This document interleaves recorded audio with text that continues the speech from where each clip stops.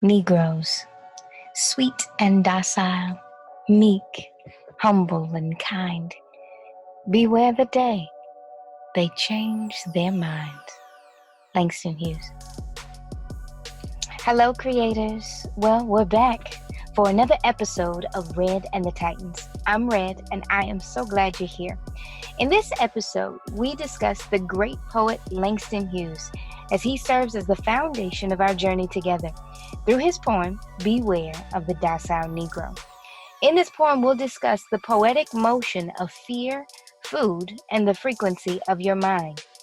Fear that keeps you from moving forward. Fear that stops you from challenging what is, from questioning systematic structures of religion and other systems of decay. And we'll discuss how to overcome your fears to finally discover the answers that have been here all the time. Come on, if you're ready, let's dive right on in. People might not comment or hit the like button, but they'll listen. You know what I'm saying? Oh, yeah. You can talk about the views or whatever, but they won't, like you said, they won't engage. And even my inbox is proof of that. They'll even hit me on, even people that agree with me, they'll inbox me. They'll be like, Thirst, I'm glad you got the courage to say that. I feel the same way. I'm just like, damn, why don't you hit the like button then? I think to myself, but I get it. It's just that fear, even for people that know, they still scared to even hit, I agree. You know what I'm saying? Or I get it. Every once in a while, but a lot of people, I get that a lot, you know? Yeah. Because of family mainly, I'm noticing a lot of people, remember that clip I shared yesterday of that Netflix original family reunion? Black family magic is being together. Sticking together. And praying together. James, help me! It's doing everything with a little bit of attitude. Hey, Jane! Do I know you? Black family magic is confusing. Oh, I don't even want to know. Is but dear sweet potato pie. This mind program to the fullest. That pressure of family, I think, is the main thing that people within our generation that won't even show that they like it is why. Or even comment because they don't want their mama to be like, oh, that's what you feel? Oh, you believe that too? Right. It's a lot of pressure. But the ones that are in it don't even want their leaders to know they have questions. Here's the thing that I've even noticed, like I've heard of, even when someone has the courage to ask a question, when a leader doesn't have the answer, they will make them feel stupid. Like I've heard so many stories. Oh, yeah. I've actually seen it, you know. Yeah.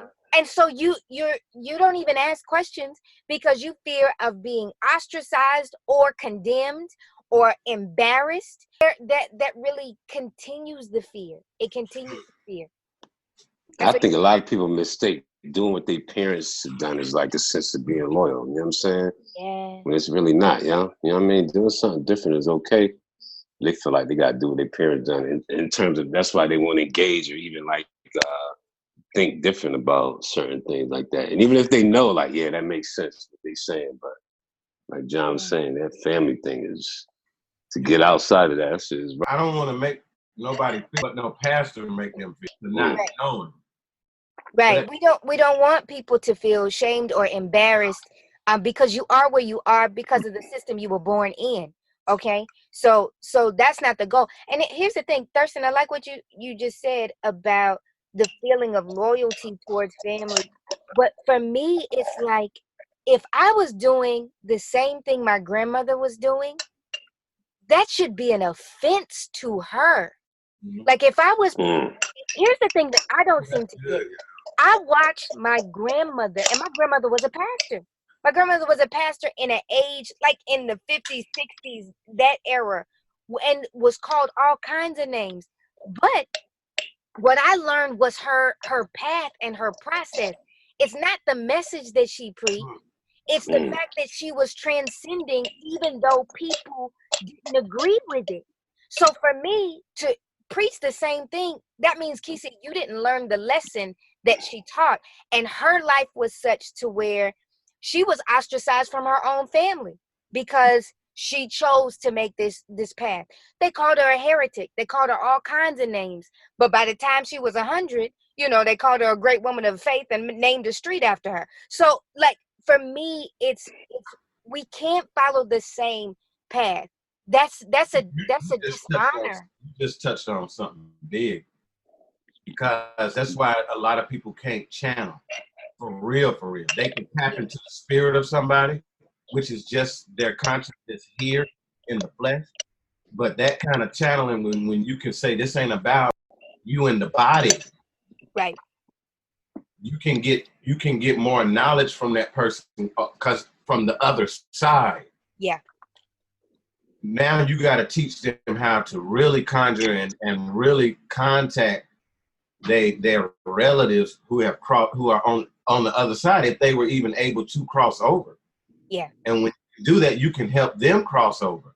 So when you teach people this, you can give them that as a foundation. Like, yo, this don't have nothing to do with them in the body. Yeah. Because you know how we are. We can't even. If I tell people that old dirty bastard is a what you call him, ancestor, like what? Right. Then you don't even get his message against the government. You called up as humanity, when everybody's humanity is fucking flawed. Right. Everybody's just fucking, this humanity.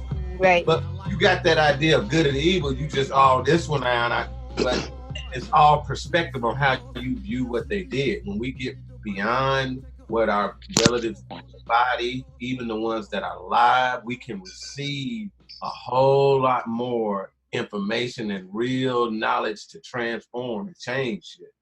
Yeah. Yeah. Real knowledge, you can evaluate from that perspective. Now you having deeper conversations with that soul. It's the soul you talking to now, not that person's spirit, because they got many different spirits. Mm-hmm. Mm-hmm. It seems like our people too, for the most part, we don't even recognize people's greatness until they die or something like that. Because people wasn't rocking with Malcolm X like that when he was alive, like that. Right. You know what I mean? Or Martin. You know, as soon as they die, it's like, oh, you know, exactly. You know what I mean? So it seems like in death, that's when they really kind of grasp it in terms of like what type of message is you. They'll be like, Thirsty, he was saying some real shit back then. You know what I mean? But now it's like, oh, he's weird. Yeah, what the fuck is he talking about? You know what I mean? And that becomes a real weight too when they be like, man, your granddaddy was a pastor. Now you're like, yeah. And I used to feel that, like, man, to come out of this and my granddaddy was in it. Like that mama said on there, you gonna turn your back on him? Mose McKellen, come here. Now you are the son of a pastor. Folk have been praying for you since before God put you in this world. How dare you turn your back on him? I haven't turned my back on him, Mama. I'm just trying to do something different. You become unshakable when you really get the message. Like when you know, yo, it's not the words that they said. Look at their life. And for me, like even the whole thing we talked about Martin last time, the real tragedy is that we've been given false images of these individuals. We have a false image of King. That's not who they were. And if you go back and listen to the message, you listen to the life, like, wait a minute. No. So you don't fall for the okie doke when people say, oh, you know, your grandmama was this and I don't fall for the okie doke because I really can see the bigger picture with that. What was that clip you put on that dude said he had? What did Malcolm Martin have in his pocket? They wanted to get rid of the cigarette. Yeah. To present him in a way where you can't gain nothing from that because it's imbalanced. Right. I like the fact that Martin Luther King was a nigga that would open his top button, smoke a cigarette, and fuck white bitch. He did, though. That's a real for Martin to do that then. I like to know that he had, like, damn, why y'all had that for me? I heard that he even knew about Jesus and Horace too. They said he did a paper in college about the shit. No, him and Malcolm X had a personal meeting. They were leaving their religion, dude, and going to push the agenda of human rights for so-called black people, and then connect them indigenously to the land. That shit was new to Martin, yo. Right. And as soon as he got hold of that, look what happened. But they gonna give us the church version of it. We got a dream. I had a dream and all that. Give them a holiday and give them So much so the government have purchased the church to make sure it stays there. But it shows up in everything. I'll say this: whenever a messenger is highlighted more than the message, you know somebody's fucking with you. You know somebody is fucking with you. Even the concept of Jesus. If you elevate Jesus beyond the message, somebody's messing with you. You're not seeing. In Nipsey, they done made him a damn Jesus, and they done forgot that he was sharing with people information about curing AIDS and cancer. Nobody's talking about that. Met Dr. CB? I never met him. I met his wife, and I take his products for sure. Now, the coolest guy ever. I mean, he was, when we interviewed him, I think he was about 74. Oh, y'all interviewed him? Yeah, we interviewed him twice. Damn. Not here, but when I was on the other show. He was able to jump from the floor up here on his knees. At 70-something. On his knees, and jump back down and no problems, nothing like that. Why you think they killed him? Why do they kill all holistic doctors? Right. Messing up the medical industry. You short-stopping their grind. Why do niggas get killed for hustling in front of a nigga spot? You short-stopping the grind. And these niggas, they check is billions. You got niggas that get flipped for a couple $100,000. So you playing with some pharmaceutical money, you know? And what's crazy, I'm working on doing a documentary on the trial in 1985 when Dr. Sebi went to trial against New York. Right. Because he put in the newspaper he cured AIDS. Yeah. Did he beat the case. Yeah. And he went to federal court the next day and beat that case on record. Yep. And nobody talk about it. Yeah. Why was he taken out? Because he wanted to bring a documentary to connect people to changing their diet and all of that shit. They done made him a Jesus figure. Yeah, right, exactly. Yeah. That shit works every time. And then the fight becomes whether or not he was really a good person or not a good person. And you get lost in the whole like, I don't give a fuck if he was cripping and throwing signs every fucking day. Right. That part in him that's real was trying to give us, or wasn't trying, was actually saying the shit boldly. Yeah. Right. Yeah. That shit's crazy, yo. But we have to deal with that fear that keeps us from a place to think, to ask questions, to look at it beyond what you have been given. We have to deal with that. John, I know you had brought up the poem "Beware of the Docile Negro." Why did that hit for you? Because I see how being like, we can point at why we know we're docile and passive by the physical actions that we take when we're violated.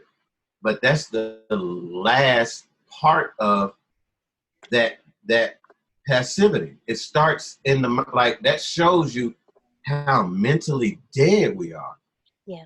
Right. That shows you how low our image is. Now these niggas, they love Jesus. And they will make over Jesus like, it's crazy how we do. Right. But not self, we so low on self that black men will watch a black girl get slammed to the ground by police officers and do nothing. Do nothing, First of all, they're not mad at themselves that their scary asses attracted that in their surroundings, that you are at such a place that this can happen. Like, I would have been offended at myself. Like, damn, this is happening in front of me. In front of me, because that becomes a part of your reality. Yeah. That's the passivity is a mental laziness first. Yeah, we need to talk about that because last night, one of the things that came up was the whole concept of angels and demons. So the question was, so you don't believe in that? And what are you really saying?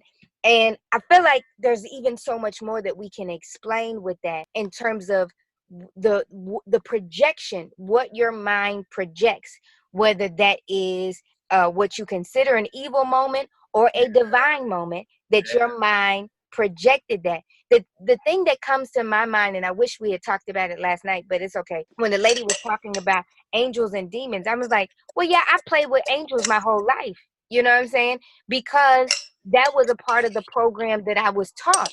So it's in my mind. Like, I will never forget being a teenager, and I went overseas. I was an exchange student in France, and I'm in a dark alley in what they call like the Fête de la Musique. And drunk guy, because I would not dance with him, threw me up against a car. And all of a sudden, two angels really came out of nowhere.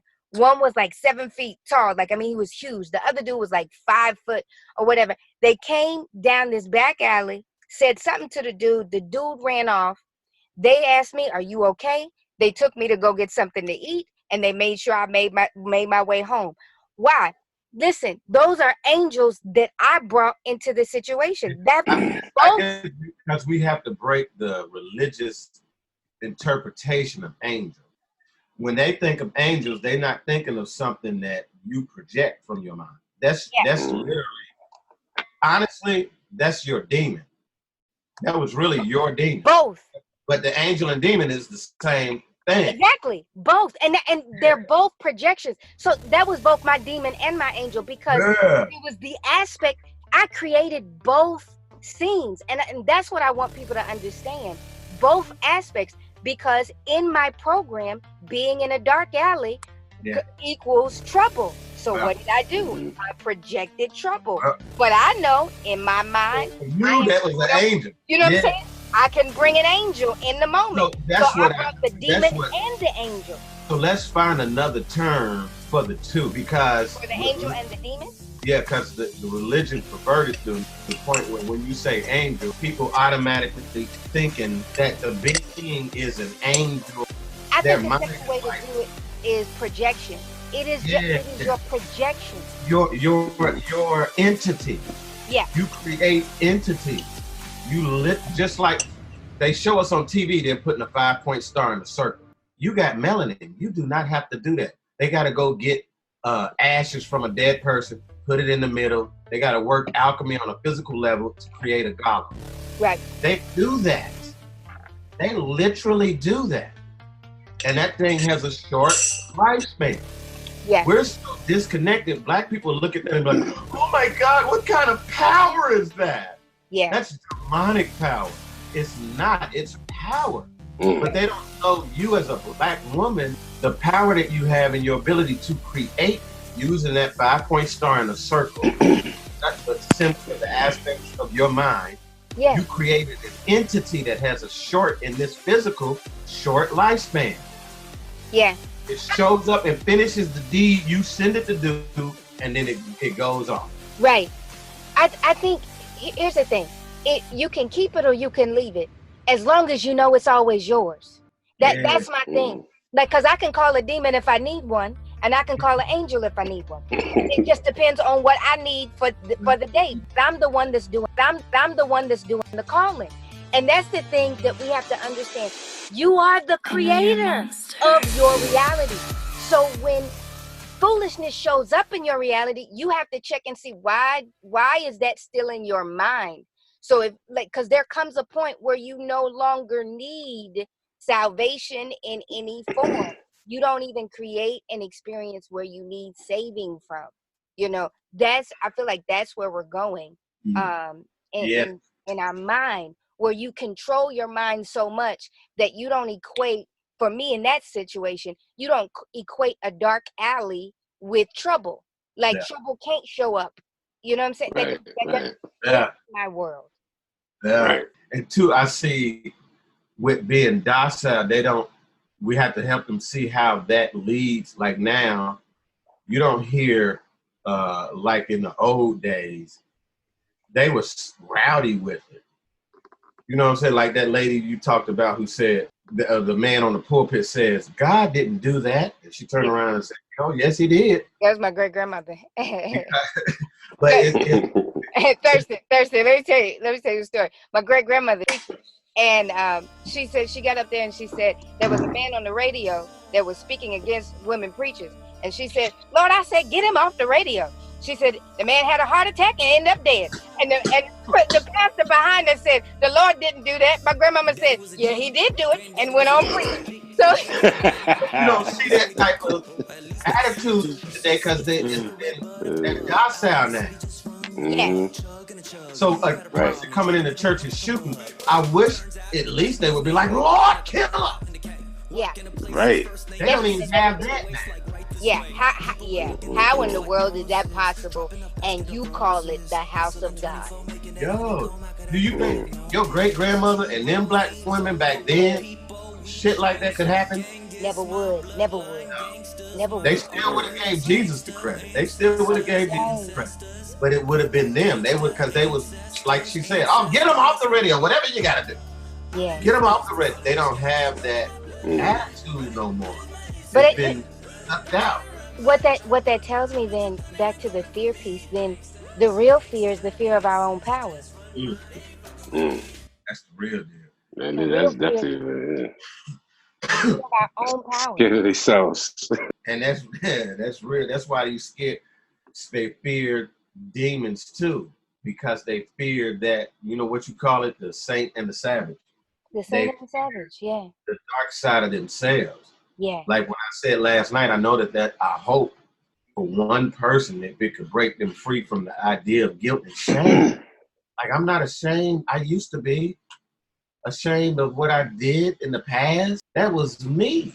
Yeah. Whether I was ignorant or not, it was me. When I was doing bullshit, some dumb shit, that was me.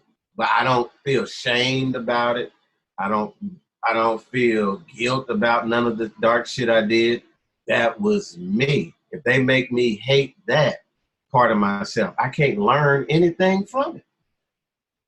I can't gain any light from them moments to see what would drive me. Some of the things that I've, even in embarrassing shit like giving up all my money. I don't have no shame about that. That shit is embarrassing. But I'm not like, because then I can't gain no light from it. I can't gain no knowledge from it. That's it makes you that much more powerful when you tell the truth like that, yeah? Yeah. Yeah, especially to yourself.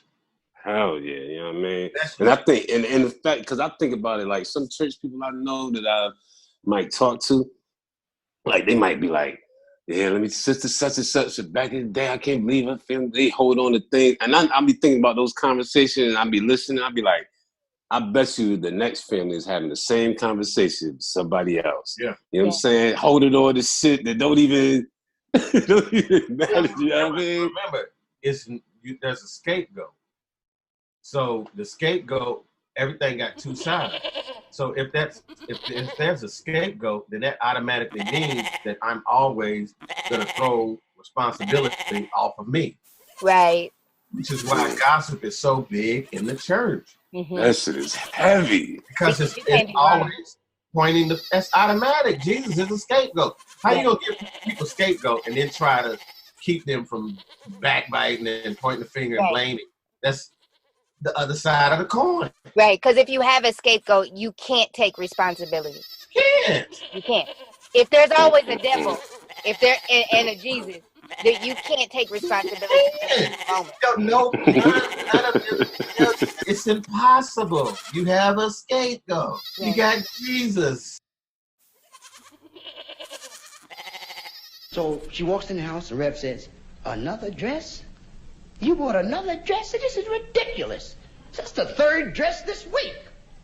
And his wife tells him, "The devil made me buy this dress." Said I didn't want to buy no dress. The devil kept following me. I was going down the street going, and the devil kept following me, and he kept telling me how good I look. Rev said, "I'm not going for that." He said, "Every time you do something wrong, you blame it on the devil." He said, "You blamed it on the devil when you ran the car to the side of the church." "It was the devil. You wasn't there. How do you know? He grabbed the steering wheel out of my hand." Jesus, take the wheel, take it from my hands. And when you don't take responsibility for the moment, then you're not on the front end of your creation. You're always reacting. You're always reacting to what was created because you don't even know that you were the one that created. And now if we was to make a movie about that, we would show it as them creating creatures that they end up killing when it does what they created it to do. Right. Hate your own babies. You tell these niggas from in the womb, you were born in sin. Shaping in iniquity. Then they come out cutting the food and you blame them. Right. They don't want it. You've been speaking it since before you conceived it. This thing been passed down and passed down. And then when what they say happens, the world's gonna increase in wickedness. I remember this preacher preached that the world just gonna get worse and then look, I'm telling you, just like he preached, it started happening. And then they think that that's like a big ta-da for me to be froze, like, oh. I'm like, of course it did. All of a sudden now proves there's this external God because what this man was speaking to the whole congregation happened. Yeah. Yeah. Still will disconnect responsibility from self. Right. Like y'all niggas heard this. He kept saying it. Then you acted it out. Right. Now you saying, look, see? It's God. Yeah, you, nigga. Y'all doing this. To me, that speaks to the cycle of church. Because even when you say that, like the born in sin, shaping in iniquity, you create this concept of bad children that need to be saved. Because when you're a child, you're supposed to need to be beaten over the head with holiness and the need to live right. And then finally you end up leaving the church, and then you come back when you're old and you're trying to find your insurance policy to keep you from going to hell. It's like when you're breaking the cycle, you end up dealing with the holders of the system. That's the fear. Right. And that's why all of the stuff is coming down. Churches are burning. I have no emotion about that because we look at the symbol of it. The cycle is being destroyed. Yes. It is, Joe. And I think what you said too, like people, those catchphrases, it's like they begin speaking these phrases, you know what I mean, not knowing the power of their words. And I think a lot of the time it's just like a catchphrase that you hear so many times that you just take it on, like born in sin, shaping in iniquity, without even thinking about what you're actually saying to them children. And the mother that would tell their child that, what she's saying about herself when the child was shaped in her womb. Yeah. Right. I think that's what ends up causing us to continue this conversation. And you hear people talk about their babies and they'll say, oh, he's just bad. And it always like, how in the hell, why would you say that about what came from your womb? Why would you? Right. They despise their wounds. Yeah. Because they say you can't, they're like, no, I don't. But if you believe that scripture, you do. Period, dot, in the sentence. But they don't know that there even is a subconscious mind. Right. So they think that if I'm consciously saying, I don't believe that, I'm pure, I'm good, my womb is good, I take care of it and I drink water. But you turn around in the next breath and say that your baby was born in sin, shaped in iniquity. So your subconscious mind is going to create things around you for that to be proven to you as true. Right. Stop. Breathe. So we've been talking about fear, calling angels and demons, curses, and mental programs. And we just might need to take a breath. Okay? Breathe in. Breathe out. When I was a teenager, one of my greatest teachers was a man by the name of Bob Proctor, who stated that the most important thing to learn is the faculty of your mind, to know the faculties of your mind. Your ultimate tool of success is found in knowing and understanding your subconscious, conscious, and superconscious mind. Dr. Bruce Lipton, a cell biologist and the best-selling author of The Biology of Belief, speaks to the program and the power of the conscious and the subconscious mind. Instead of me explaining, I'll just let him speak right before we go back in. 95% of our life is coming from the programs of life, how to live life that we get in the first 7 years of life. That's why poor people stay poor and rich people stay rich. The movie The Matrix is not science fiction. It's a documentary. Every human, and it's a fact, every human first 7 years is download hypnosis. The brain of a child under 7 is in a lower vibrational frequency. When you put wires on a person's head, you read electroencephalograph, reading brain activity. A child below 7 has a lower vibration than consciousness. It's called theta. Theta is imagination. Oh, that's how kids play a tea party with mud pies, but to them it's a real thing. A kid rides a broom, it's a horse. That's theta, imagination. Theta is also hypnosis. And the idea is this: before you can become conscious, if you don't have any programs, what are you going to be conscious of? So nature makes the first 7 years. What kind of programs are required to live on this planet? I say, how do you get them? Theta is hypnosis. You just watch. You watch your parents, you watch your siblings, and your community, because you have to learn how many 100,000 rules. Think about it. Just to be a functional member of a family and a functional member of a community, there are rules. Teach an infant these rules. I say, oh, you don't have to. First 7 years, they observe it and just download it. Look, this is not new. I mean, there's the famous book, Rich Dad, Poor Dad. Sure. And basically said you come from a poor family and you could struggle your whole life and try to get rich, but you're not going to make it. And if you come from a rich family, you could be stupid your whole life and make it. Not because it was thinking, but it was unconscious behavior that was downloaded from rich families into kids, which is unconscious. So they're making the right moves unconsciously. If they engage their conscious mind, then they look stupid, but it's unconscious. And that's the same thing with poor people. Poor people have beliefs from the family. Oh, you can't make it, life's a struggle, things are hard, who do you think you are? And if that's the program you get, then 95% of the day you will sabotage yourself. Breathe. Let's go back. Your own words. Your life is going to reflect back to them that their words are true. And most of the words they speaking, they got out of the book. And then it was interpreted in by somebody else, Right. Damn, man. And these are all tricks.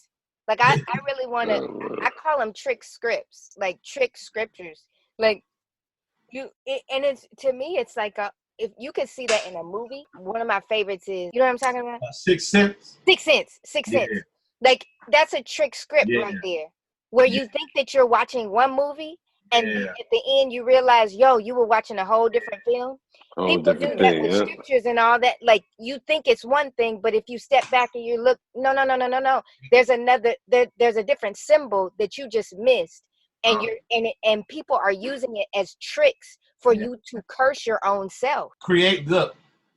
By tricking you into creating the damned world that you need to be saved from. Yeah. You think that it's just the world that you're in. But it's the world you created for yourself. That's like a mental health disorder, ain't it? Because I remember that movie Shutter's Island with Leonardo DiCaprio. Yeah. Like the whole movie, you thinking it's like this shit is really going, and then you find out at the end he's really fucking sick. You know what I'm saying? But that's what it is. Church is like you walking around and you looking at everybody else in the ward, and you really don't think that you should be in there. Right. And like, imagine you being that's the fact, John. And you really like, no, I'm really sane. You know what I'm saying? What are y'all walking doing? around? Jacking on you, like, no. And then imagine you go and sneak in the office and look in the files and end up reading. See your name. That's how I felt when I left the church, bro. I definitely feel you 1,000 on that. Whiteboard file, like, this is fucking me. Yeah. Like, damn, nigga, you gave that church that much money. And like that other movie with Jim Carrey or something. It's crazy how, these actors at a certain point, they be picking their scripts they want to really, you know what I mean? Yeah, because he definitely be on it. All of them don't, everybody who makes the contract don't consciously make the contract in Hollywood and the church. Mm.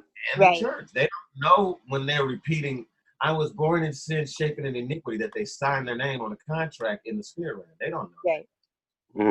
Just give it all away. So you think of somebody like Cardi B. She don't know that when her baby was in her womb and she was on the stage dancing, that she signed her child over and signed a contract. She don't know that. She don't understand what was happening on that stage with that music and how they broke her down to the point where for money, while she's pregnant, she would get up and do that dance in front of a crowd of people. This is a ritual. She don't consciously know that. Right. She just thought she was getting a check. These people that go to church, they don't consciously know that they setting themselves up to go through every ill thing that they go through. They don't even know they signed the contract yet. They just acting it out. They acting out a script they reading every week and don't know it. I was listening to somebody and they was saying, it's things that we could do though. And I was telling myself I'm gonna do this, and I probably do it a lot, because even when I'm working at work, when I take calls and I'd be like, "This is Thursday. Thank you for calling Apple today. How are you?" And they'd be like, "I'm good, Thursday. How are you?" I'd be like, "All is well." And every once in a while, somebody would say like, "Oh, I like that you said that." You know what I mean? And it's like I feel like we really got power in our words. And I heard somebody say the other day that to make it a point to specifically for one day not to say nothing negative. You know what I'm saying? And I was like, I'm gonna really take that upon myself to do that, like nothing negative at all. And I think I probably do it a lot, but I'm gonna make it a point to do that. You know what I mean?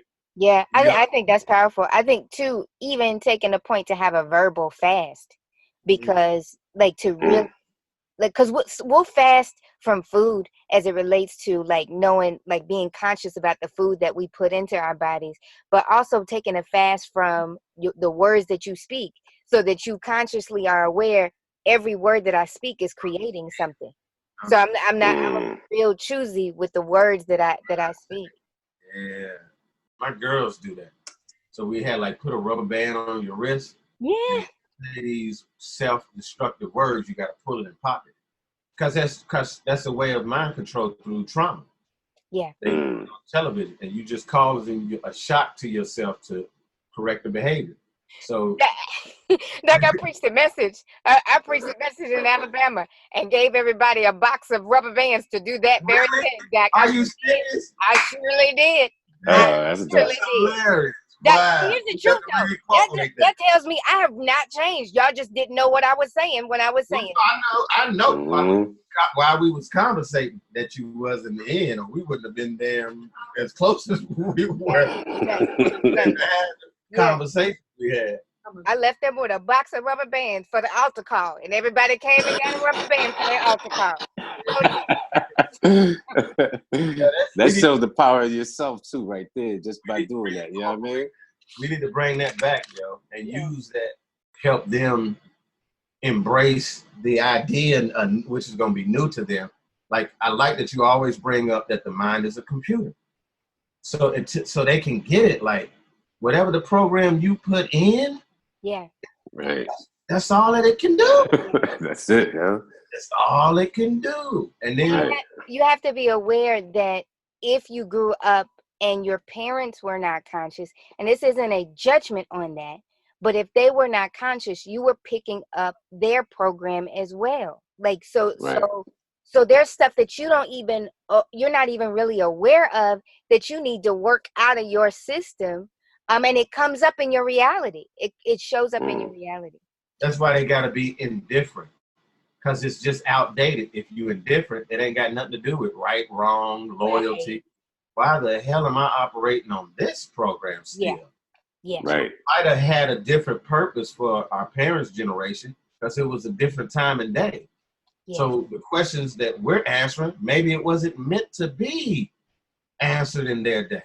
Yeah. But you can't resist, or the only knock I have with that is you can't block the new generation from pursuing the answers to questions that you did not have. Right.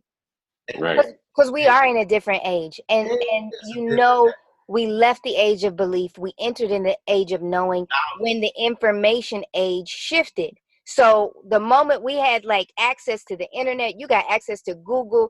Different day. There's no reason to be ignorant. Ignorance is literally a choice in this moment. It's literally a choice. They used to get shot for reading. Right. So we can't hold our great-grandparents to the same pursuit of knowledge as we would those in our day. Right. So what they had was what was there for them. They couldn't read. Then you go even closer. Some of them couldn't, in the days of libraries, wasn't even allowed to go in the library. Right. Man. So to say that preacher back then was ignorant is not necessarily so. Right. But today is not then. Right. Today is not then. If you're still preaching the same thing of yesterday, what's going on? Like that's the thing you need to look. You are not in the season of your grandparents. No. You're not there. Right. You can. And I think too, they got this ignorant thing too, where it's like they make you think. Cause I used to think ignorant meant like you just stupid as hell. Like, but it just means you don't know. You're not aware. You know what I'm saying? That's all. It's not really that bad of a. You know, the way they It's not a paint it, condemnation. It's yeah. These words, Wordplay. And they don't mean the same thing as they did in those days because knowledge wasn't accessible. So ignorance is different. To say like now, to say ignorant should kind of carry a little bit more weight than to say someone in the 20s was ignorant. Right. Because that shit you don't was have a reason. none. You now, then they had a lot of reasons to be in that ignorance. Right. There was a man that was active on horseback with guns and burning crosses in yards. Right. All types of stuff that was preventing and blocking them from knowledge of. Now we can deal with the age to show them that this is something that happens in the shifting of the planets. Right. And reconnecting them back to the equinox, the precession of the equinox, and Issachar that they believe in, being one who studied that. Mm-hmm. So you never caught, like you said, you're not behind your creation. You're in front of it. Right. I think that back to Thurston, you had talked about family and loyalty. For me, I hope that helps people to understand that you need to flip that. Like real loyalty to your family then means you move your family forward. It doesn't mean you keep teaching the same thing your grandparent taught. I'm thinking of my children and my children's children. I can't be saying the same thing that my grandparents said because they were in a different age. So there's really, we're in a space where there is no excuse. There's no reason to not seek for yourself other than the fear. So we have to deal with the fact that many of us are afraid of our own power. We have been taught to fear asking the question or questioning God, the whole concept of questioning God. And we have to remove that fear, that passivity as it relates to your spirituality. For you, Thirst, when do you feel like you hit, you looked in the mirror and said, Jesus is, I forget the whole story. Right. Was that was the moment where you hit your fear? Yeah, I think that's when one of the moments I conquered it in a sense, for me. And I think even with I started even prior to that, I probably stopped eating meat too. And I was watching this video of a young Pharaoh, and he was talking about how he said something like spirits, exist inside of those animals. Yeah. That shit shook me up. Yeah, I was like, damn, man, niggas be having a deep freezer full of demons. You know what I mean?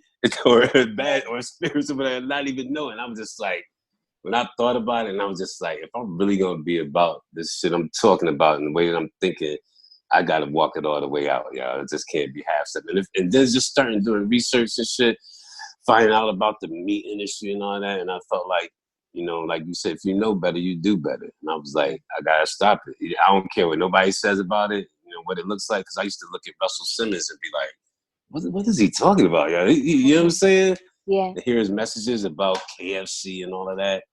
And I couldn't make the connect. But once I, made that decision to be like, okay, let me really dive in. And then I just started seeing the benefits of the way that I thought and how it would just help me with my day-to-day thing, everything that I was dealing with, whether it be relationships, family, whatever, you know what I'm saying? It just started helping me just really see clearly and making decisions like where, I would give where and who I would give my energy to. You know what I'm saying? I think I said that in a video this week, and I'm a pretty peaceful person, you know what I'm saying? But it's things that come along to try to disrupt that. And I just started making the decision like, yo, I control this shit, man. Where I'm at is where I'm at. If you want to come over here, cool, but I'm not coming out of my place of peace for nobody, yo. You know what I'm saying? So I think the diet thing hit me first before the Jesus thing. But once I do the diet thing, that was like kind of the gateway to be like, yo, this shit is some bullshit too, man. You know what I'm saying? This is heavy questioning everything, you know what I'm saying? Yeah. And then this dude came over to our crib when I was with Kia before she passed. Her dad had a preacher come by, and he was like, he wanted to offer communion to us. And I mean, when I say struggle, I was in my heart was like, because normally I'd be like, okay, I'm gonna take part, and I knew the shit was some bullshit. And for me to be the only person in that room to be like, nah, I'm not doing that shit. And I had to talk to myself before I seen him pass that damn glass around. And he was like, are you gonna partake? And I was like, no. He was like, why not? You don't believe that Jesus bled, suffered, died? No. The kid was like, Thirst, don't do it, not right now. Yeah. And I was like, out of respect for her, I'm gonna just fall back or whatever. And they was looking at me like, this nigga declined communion. But when I did it, I felt that release, yo. It felt like 100 pounds came off of my shoulders, yo. And so it made it easier for the next time when I do. Like I had another Jehovah's Witness come by the crib at my other crib, and it just made it so easier. So when these next people came that y'all saw that I record, it was just like the next ones that come, I'm looking forward to that shit. Like, let's go. You know what I'm saying? Yeah, let's go. Religion got that peer pressure, honey. No, that pressure. Because people will take your own. People love you. It's like we automatically expect everybody to do the same thing. Same shit, right? But there has to be a left path, and the left path don't just mean, oh, I'm going a different way. It's finally an individual in the community, the family, or whatever, that will be bold enough to say, this isn't producing what we're saying we're for. Right. So it's that one, you ever see that meme where it's a bunch of white sheep and there's that one black one looking the other way like, y'all see y'all walking off the cliff? Somebody has to, and it's a hard road to be that fucking one. It is, bro. It's tough because your love can be, because the majority of people are imbalanced. Yeah. Let's think about it. We told kids, I'm gonna give you a treat. It was a candy bar. That's a treat. So now we look at treating ourselves as putting garbage in. Yeah. I want a treat. Let me get a bag of chips, a McDonald's hamburger. That's a treat. So we were trained subconsciously, not consciously, to abuse ourselves. Yeah. Consciously talk. So now, if we're listening to these messages that are hellfire and brimstone, you a sinner, you need to get right. Look at how we're eating and how synonymous it is. Yeah. It's parallel, yo. Yeah. If you in there and you're not eating like they're talking, pretty soon you cannot, like you said, your pineal is vibrating high, your body's getting healthy. All of the so-called rebuke he got, it don't even address you no more. You're like, maybe it's everybody else, but that ain't me. Pretty soon, it don't serve no purpose to you anymore like it did when you was abusing yourself. Right. If you're not abusing yourself, you don't ever need a savior. Right. You're not abusing yourself. It's like, but we're not balanced now. We don't use both parts of our brain to be like, wait a minute. Okay, for me to need a savior, then you got to convince me to treat myself as what you saying I am. A sinner shaping in iniquity. It's going to be reflected on all levels, and especially the fucking diet. Because now you got adults, and I did it. I was giving my girls on Friday, as a way to celebrate pizza in Pittsburgh and wings and these sub sandwiches with this sliced meat, deli meat. And back then I thought that shit was amazing. Now I want to puke when I think about what the cheese is, what that sliced deli meat really was. I was giving it to my kids ignorant. Not that I was fool, ignorant though to what it was doing to my body and theirs. That shit made me think, because when I stopped eating meat and shit, I would drive down the street and I'd be like looking at all the restaurants and shit. I'd be like, none of this shit is good for us. Or even the grocery store. Like how much of a challenge it is to go through the grocery store and understand the majority of the stuff is not food. Like it's like packaging, the processing, and you're just walking through these aisles of like nothing that you can put in your body. You know, some people have lived over 20 years and hadn't eaten real food in their life and wonder, and they'll think that cancer, they act like cancer is not created. They think it's like the cold. Like, oh, I caught cancer. You can't catch cancer. Right. I think if anything, if anything that we want to take from our grandparents, it should be the loyalty they had to the land and to actually growing real food. My grandfather was like, he had amazing gardens and made sure that there was enough for the family to eat, and whatever was overflow gave it to the community. That's, we lived on greens and green beans and squash and all of that stuff. And what ended up happening is you get into the age of fast food, and I remember him looking at it like, this isn't, why would you even eat this? And we're living on stuff that's not real when you could just grow it from the ground. Of miracles. The idea of miracles is the pathway to fast food, microwaves, everything. Because think about it. Now they'll tell you that instantly you believe and have faith the size of a mustard seed. Now, even though you're the reason that you're sick and you brought this disease on you, and it took you years to do it, instantly, by faith, it can be removed. I believe in miracles, for I believe in God.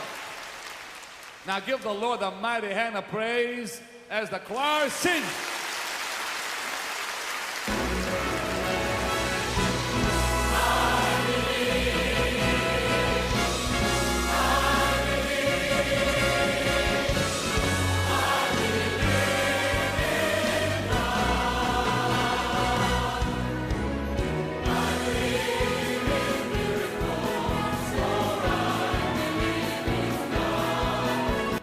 But then there's no learning. There's no undoing of what you did. Yeah. How can you gain any knowledge from that? How can you correct any behavior from that? So then people who have that mindset, the cancer will be gone. Guess what ends up happening a couple years later? It comes back. Because no habit has changed. No thought process has even been addressed. Yeah. And they don't even see how the two are connected, parallel. Yeah. I find it funny that we started dealing with fear and ended up dealing with food. Isn't that interesting though? Because that still goes down to frequency. Fear being a frequency and food being a frequency. And if you're eating low vibration foods or things that are not food, you're going to have low vibration emotions. And that is the opposite of love. That is the opposite of love. You can't even see love. We can't even really have a conversation about love if we're still wrapped up in fear and not be able to love ourselves enough to not abuse ourselves. As you hear, Polite was doing a lecture one time, and they made him leave because he told them that they should stop eating chicken. These niggas made him leave. Wow. Them niggas got mad over chicken, but look at how chicken is killed when we talk about fear. Name an animal more in fear than a goddamn chicken in America. You're right. That if you're a chicken in America, what niggas are, you gonna live in fear of your life.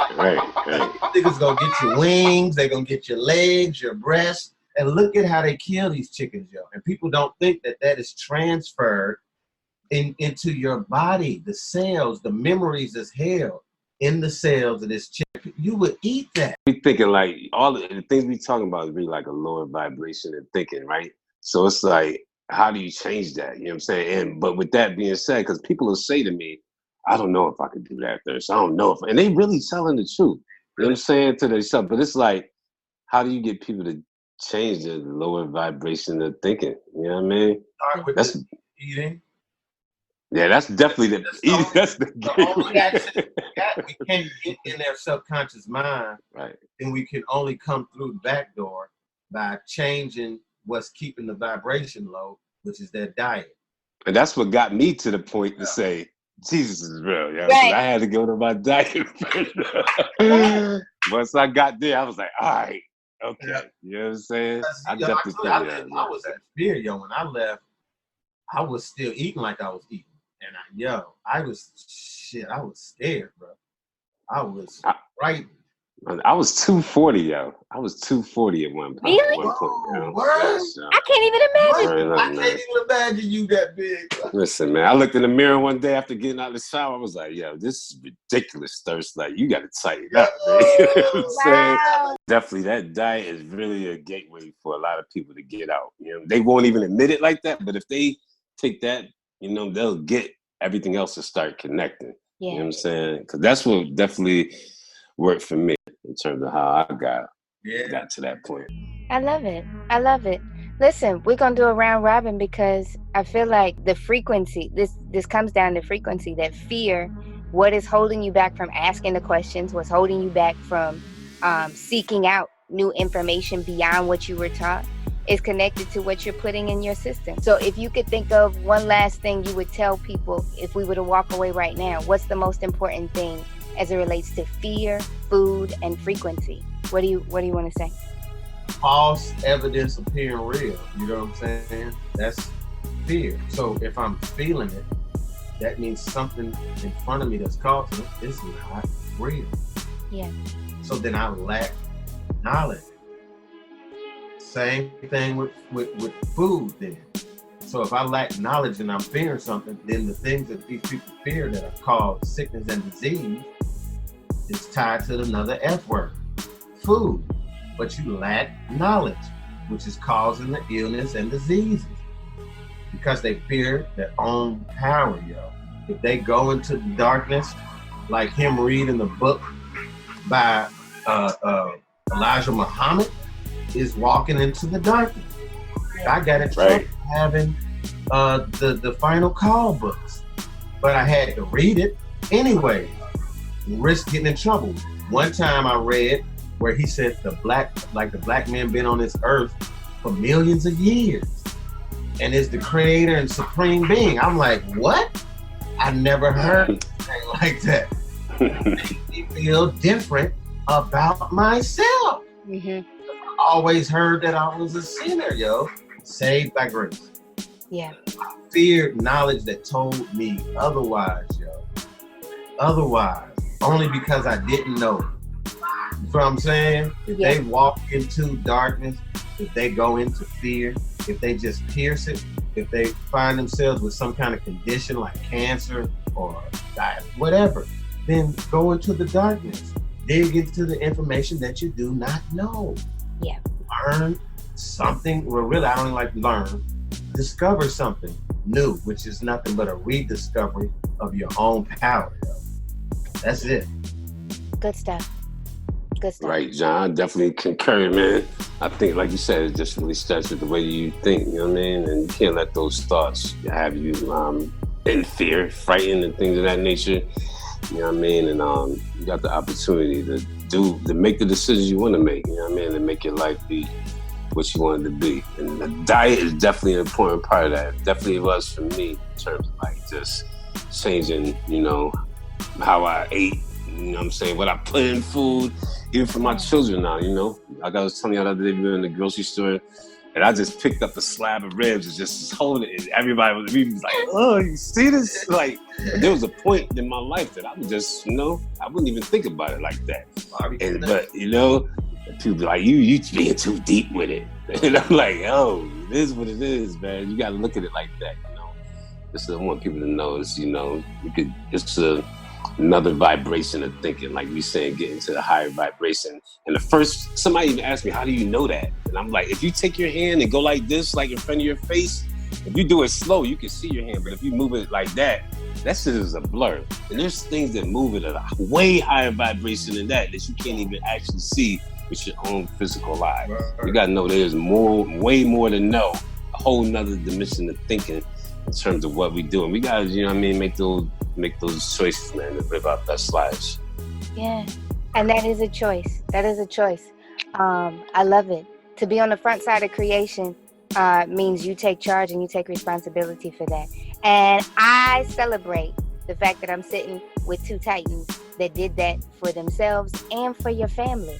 And I think anybody that has a family, you owe it to yourself and you owe it to your children and to your grandchildren to go beyond what you've been taught.